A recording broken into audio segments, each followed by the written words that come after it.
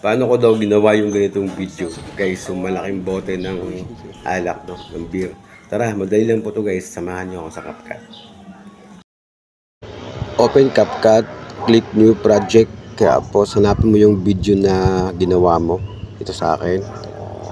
Add one. Tapos, dito guys, linisin lang natin to guys ha. Ito yung video na ginawa ko.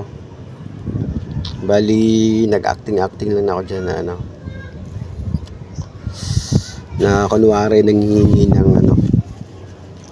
anong gamot sa sakit ng katawan, mga ganun, mga minalilagnat ka, parang ganun lang, ikaw na balang mag-acting dyan.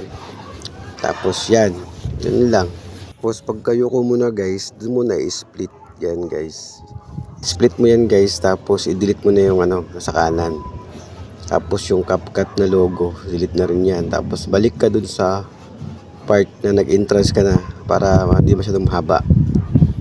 Diyan banda, diyan, click mo yung split, tapos delete mo yung nasa kaliwa. So guys, ito na yung matitira sa atin na na clip. Maliit lang siya, konti lang siya, maigsi. Yan, basta kayo nang bahala mag-acting kung anong gusto nyo gawin guys. Yan, tapos dun banda sa pagyuko mo, dun mo natin i-split. Diyan, split mo dyan ka na. Split natin dyan, wag natin i-delete kasi palatandaan lang yan. Tapos add overlay, tapos sa photos guys ha, puta ka ng photos. Dito guys, meron akong bote ng alak dito na tinanggalan ko na ng background. Yan, ang gawin natin dyan guys, lalagay nyo sa taas, idadrag lang natin yan guys pataas, ganito. Yan, pinakataas yung hindi kita sa screen. Tapos pindutin mo yung diamond dyan para magka keyframe yan, yung diamond na yan. Tapos abantin mo ng konti, tapos idadrag mo siya pababa kung saan mo sa gustong ilagay. Pwede mo rin yan palakihin, paliitin guys, depende sa'yo kung gaano kalaki gusto mo. Sa akin, pinalaki ko para astig ba. Yan, tingnan natin. Boom. Diba? Ganun lang kadali guys. Yan. Tapos ang gawin natin dito, gawa natin to ng kumari mag-crack yung ground. Yan, dyan back mo, tapos overlay. Tapos mayroon akong kinuha dito sa YouTube, screen record ko lang siya, yung screen crack. Yan, kayo nang bahala mag screen record dun sa YouTube guys, search nyo lang brown green screen crack. Yan, tapos dito kunin ko lang yung maliit na part na to kasi marami to eh. Dito lang banda sa may anahan, hanapin mo lang guys yung isang clip. Yan, dito, ito yun yan, click mo yan, click mo para mag-highlight, split, tapos delete mo na yung left side.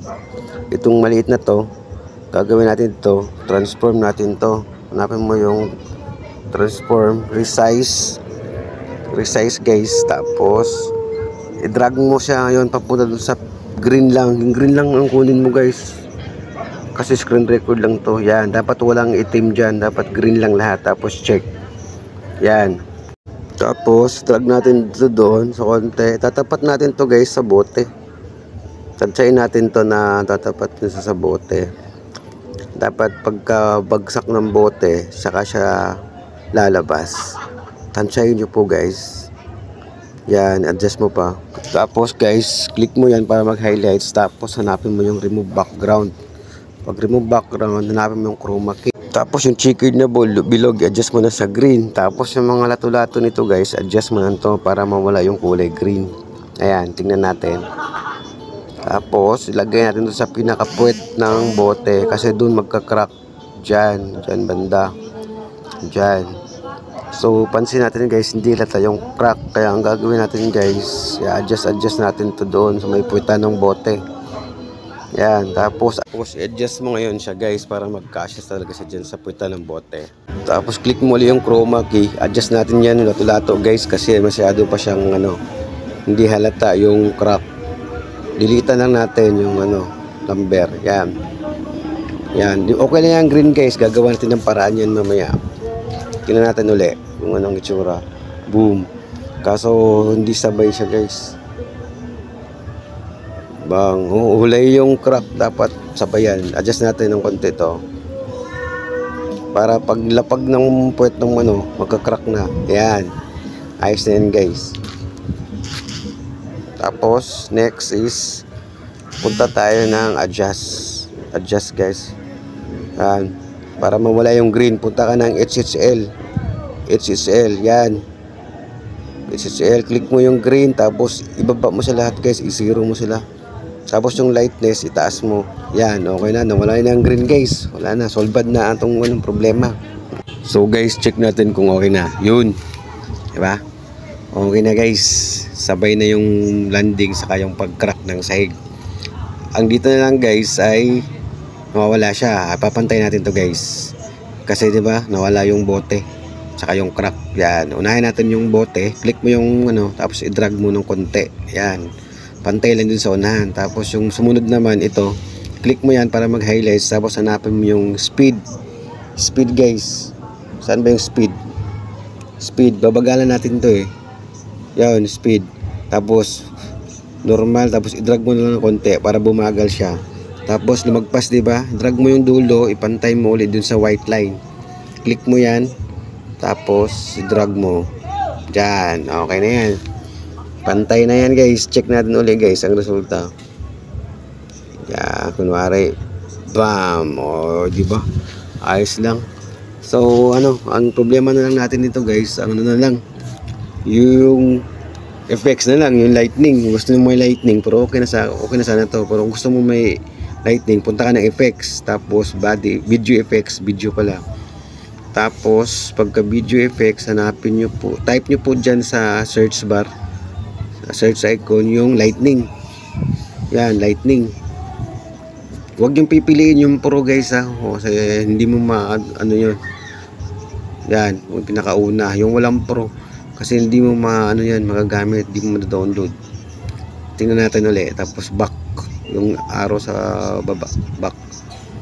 So tingnan natin ulit guys yung resulta na may lightning na, di ba? Oh, astig. Puya edit oy.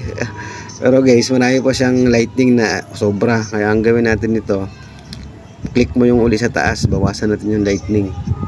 Yan, sa gitna, click mo yan, tapos split. Hanapin mo dyan, split mo lang. Hanapin mo yung part na wala ng kidlat.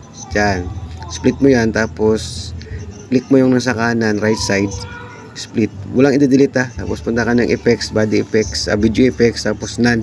Yung sa taas niyan, maliit na yan, yung none, para mawala yung ano, yung effects. Tingnan natin ulit. Para hindi masyadong mahaba. Oh, yung dulo, wala nang effects kasi tinanggalan na natin. So, ganun lang guys. After that, ipindutin mo na yung arrow sa taas. Tapos, ano na yan, exporting na yan guys. Yun, may pang-release na tayo. Hintayin mo lang mag 100%. Tapos yun, sana may natutunan kayo guys. Kung meron, follow and share. God bless. Ito na po yung result guys. Lord, anong gamot sa sakit ng tawan? Uy, ito lang pala. Ang unggoy.